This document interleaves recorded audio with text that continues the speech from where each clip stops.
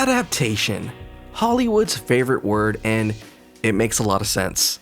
Just look at all those numbers when we look at the adaptations released in 2025. From books, news strips, to even comic books, adaptations for the most part are relatively well done. Sure, you have a few stinkers here and there, but overall the success rate seems to get higher as time goes on, with one exception. Video games are a tough medium to crack.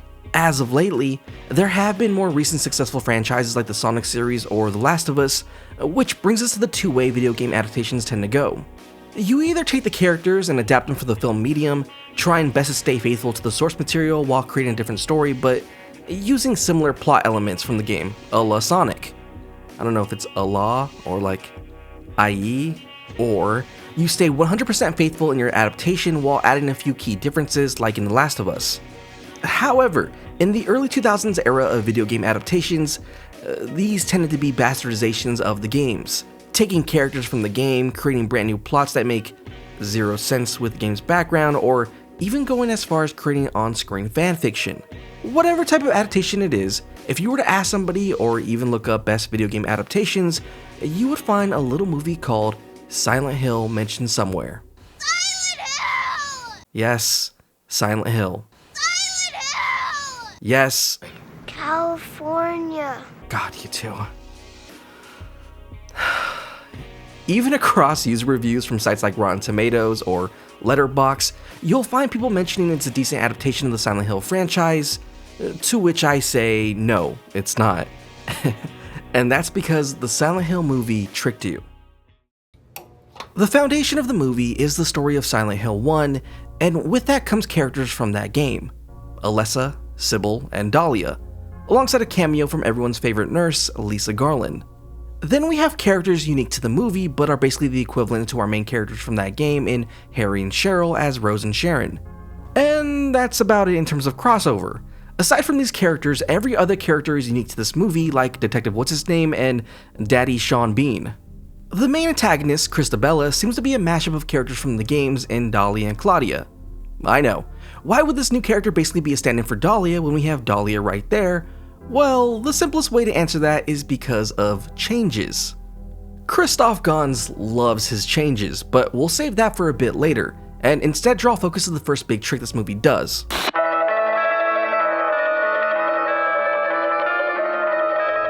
The movie uses music from the games as a way to draw this sense of familiarity.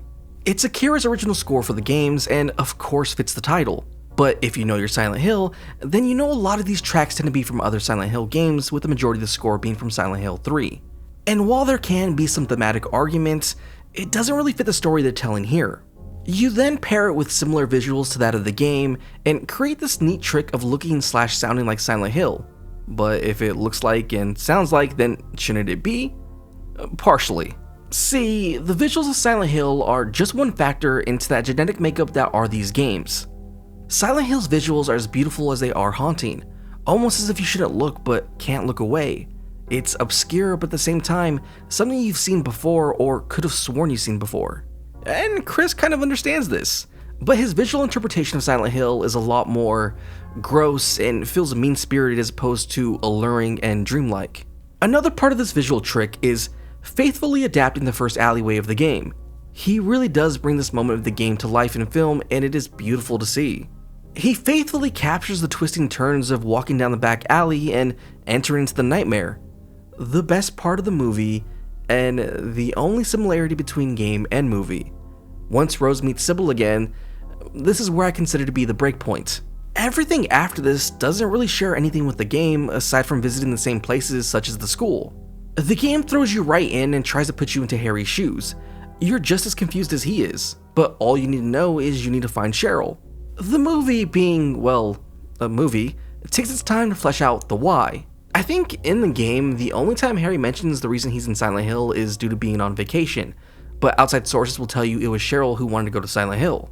So this whole thing with Sharon losing her shit and yelling Silent Hill may seem a bit cringy or off-putting, but it's to establish the reason why for audiences, so in that sense, I don't entirely mind this.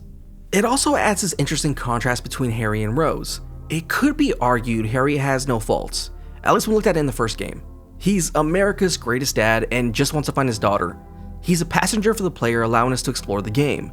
Where on the opposite side, Rose has plenty of faults, endangering her daughter, lying to her husband, willing to make a deal with the devil if it means her daughter is safe. It creates this interesting character in contrast to Harry. By the end of each of these characters' respective story, they reach a point of desperation.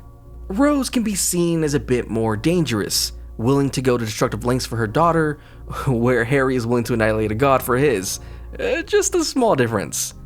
But with this angle of fleshing out the why, the movie, much like the GBA game, fails to understand the nuance of Silent Hill. Instead, things are very much on the nose. The first game is built around this mystery, where Cheryl and who's Alessa? You travel across the town of Silent Hill, finding very little information until you're hit with a big aha moment, something this core franchise tends to do, at least within the first 2 games. The movie, on the other hand, shows its hand pretty early. In the first meeting with Dahlia, she mentions her daughter and refers to the picture Rose has of Sharon as hers. We see the influence the cult has over the school, and the movie isn't really trying to build this mystery. It has certain aspects like who's Alessa, but the movie feels as if it's way more focused on the final act with this visual striking set piece. The game focused on intimacy. While still being a horror game, a lot of times it lets you soak in this atmosphere. Yes, monsters roam around and things are scary, but it has this allure to it that really draws you in. Where in the movie, it's almost opposite. It's these big loud set pieces showing off crazy visual effects, and it's more of as, isn't this cool? This is best showcased with the inclusion of Pyramid Head. Now, we'll talk a bit more about him in a minute. For now, his inclusion of the movie boils down to being a mascot. It's just to point and go, ooh, I know him. His entire purpose here is for this visually striking scene where he rips the flesh from somebody. I'm pretty sure after this, he just kind of wanders off in the movie, into the sequel and then the next sequel. Why are you in both movies? Besides Pyramid Head, creatures take a backseat in this movie. While enemies do appear throughout, the inclusion is more of an afterthought as the focal point is Alessa, so let's talk about Alessa. The character of Alessa is that of a tragedy. She was the daughter of Dahlia Gillespie, who was part of a cult in the spirit medium. The cult's entire purpose was to birth their god, and had tried with multiple girls. Dahlia, being impulsive, takes it upon herself and uses her own kin. As Alessa was seen to have premonitions, or is close to what the cult refers to as the other side, and Dahlia figures she'd make the perfect mother/host. Due to this, we can infer because of being different, Alessa was bullied at school, and at some point was accused of stealing. Whether it was because of bullying or perhaps her modern day psyche, she clearly had a tragic life. When she was chosen to be the mother of God, she split her soul and had hope that part of her could find a happy life. The cult, wanting their god to be born and in essence their salvation, uses a spell to bring Cheryl, the missing half of Alessa's soul, back to the town of Silent Hill, where the two merge. By the end of the game, Alessa reunites both halves and brings upon the god to her dream world, where it is promptly defeated by Harry. Now, how does the movie want to adapt Alessa's tragedy? Well, it turns it from layers into the simplest form. People are evil. Alessa in the movie is bullied due to the time period. Dahlia gets pregnant and the man is nowhere to be found, which leads to everyone accusing Alessa of being a witch. I think at no point during the movie is Alessa shown to have any kind of premonition or connection to the other side. She then gets assaulted by the janitor, to which Christabella uses against Dahlia to help her get rid of her sin, in which she burns Alessa because, in Christabella's eyes, we fight the sin, not the sinner. In the first game, while there are monstrous creatures, the true horror stems from Dahlia. It is the fact that someone so close to you and is supposed to nurture you could be this evil. There's a lot more there. I have a 3-hour video going over all of that. I'm just paraphrasing. The movie replaces that with a stereotypical evil villain. It instead paints Dahlia, the true antagonist of the game, as someone who fell to the cult's tricks, and in that respect, Rose is the counter to that. In all honesty, if these were different characters, I wouldn't even be doing a video on this. It's okay as a plot detail or their own twist on Silent Hill, but when you use Alessa in basically that story, I'm gonna question you the whole way through. This is even my main problem with the movie. If you want to do a change that was your interpretation, whatever, I can live with that. What I can't live with is making Alessa evil, because that just goes completely against the character and the fundamentals of Silent Hill 1. While Alessa's role in the beginning of the game is ambiguous, by the end it should be known it is not of her own doing. She is not purposely trying to kill anyone. In a way, is she trying to get revenge? Sure, maybe we can see it as that, as she is trying to unite her dream world and herself, which happens to have Dolly and Kaufman in it, two people who wronged her, but I think it's just a byproduct of their own doing. See, with the god growing inside of her, it awakened powers in her, but also in order to be nurtured, it needed to eat on her hatred, which it brought out in her dreams. Dislikes of animals, insects, people, and by extension, the dreams pulled in Dolly and Kaufman alongside Harry, but it wasn't as if she was actively malicious. It was out of her hands and was brought upon by the god. Her solution was to annihilate herself, finally giving herself some peace. The movie decides to take this tragic story of Alessa and turn it into a deal with the devil, and now she wants revenge. She's spiteful, she wants to hurt people, this is all on purpose. Sharon still follows that whole good side of me getting a good life, but it begs the question, why is Alessa calling her back to Silent Hill? Because it clearly isn't the cult. There is no endgame for the cult here. It's Alessa. She's tired of waiting to get these people and wants revenge. Love isn't something this version of Alessa wants or even cares for. She wants to use Rose and has been. She even uses Rose's own desperation to get access to the church. They're going to find Sharon, the only way to stop it is to let me in. Then she does just that. She gets her revenge, even going as far as assaulting Christabella. While she isn't anyone's favorite character, it just feels mean-spirited, which Silent Hill is very much not.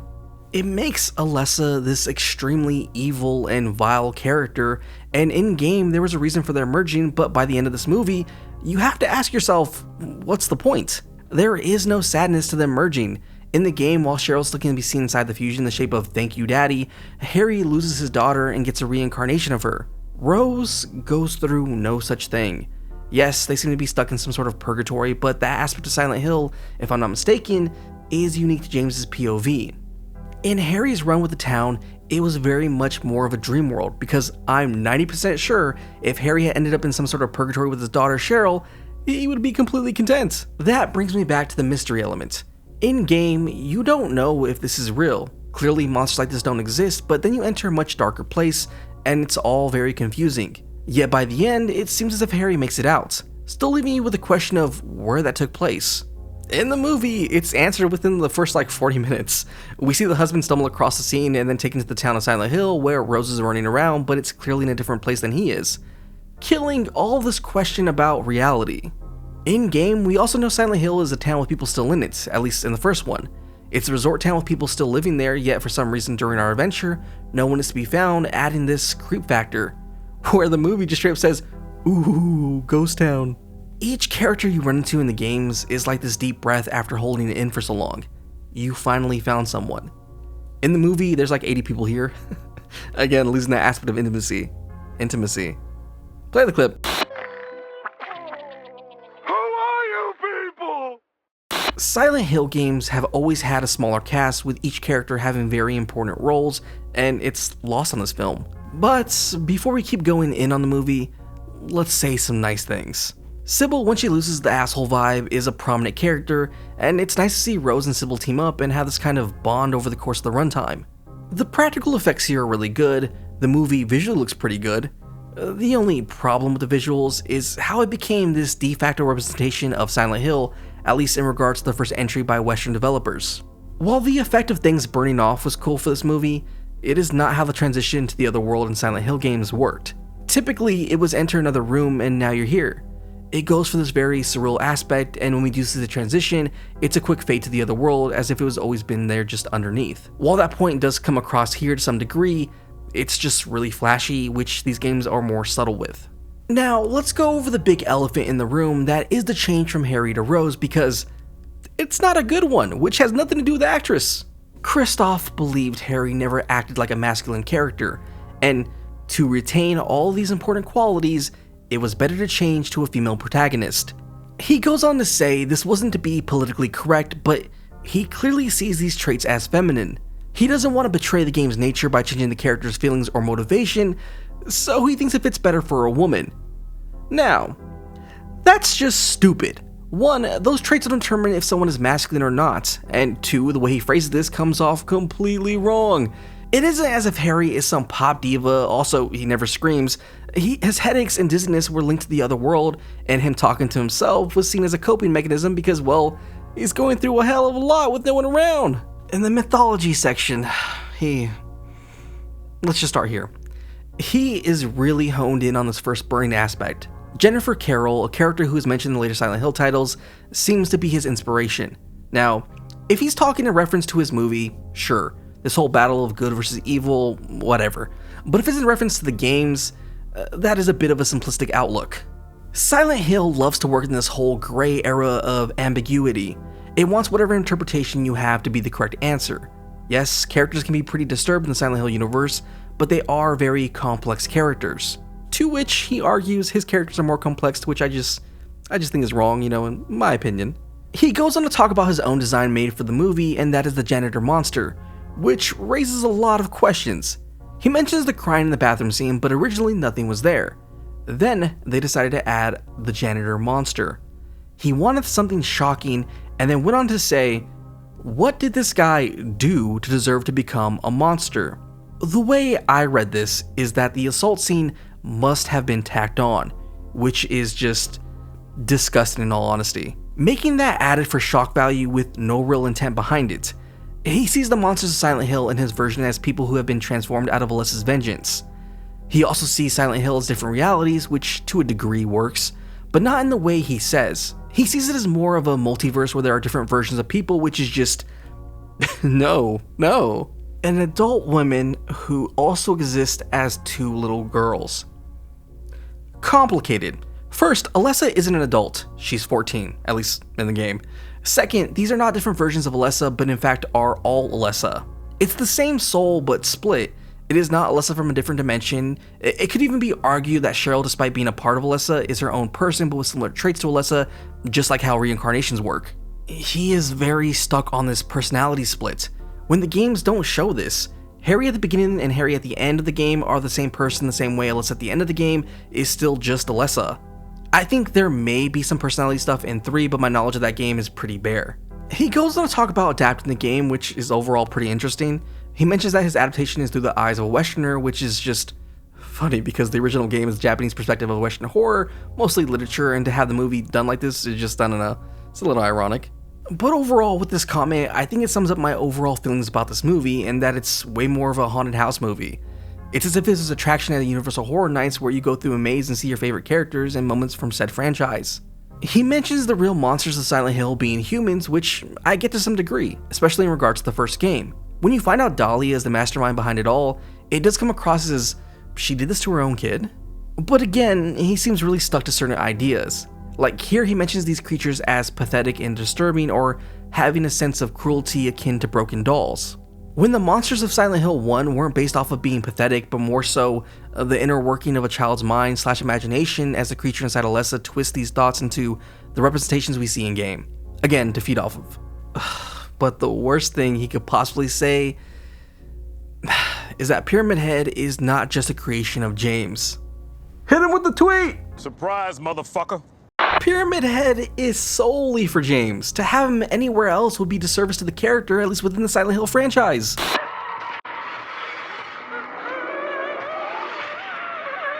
His reason as to why he can just show up is just say you didn't understand the game. It's cool. It happens.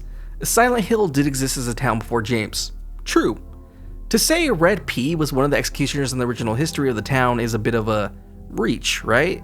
From my understanding, the painting that I'm assuming he's basing this off of could be seen as James's mind playing tricks on him. It's all about self-punishment, right? Or maybe I just read the scene wrong. Might be. I was weak. That's why I needed you. Needed someone to punish me for my sins. I know I just kind of shit on this guy for the last few minutes, but let's end on some positivity. I don't mind this change of snow to ash.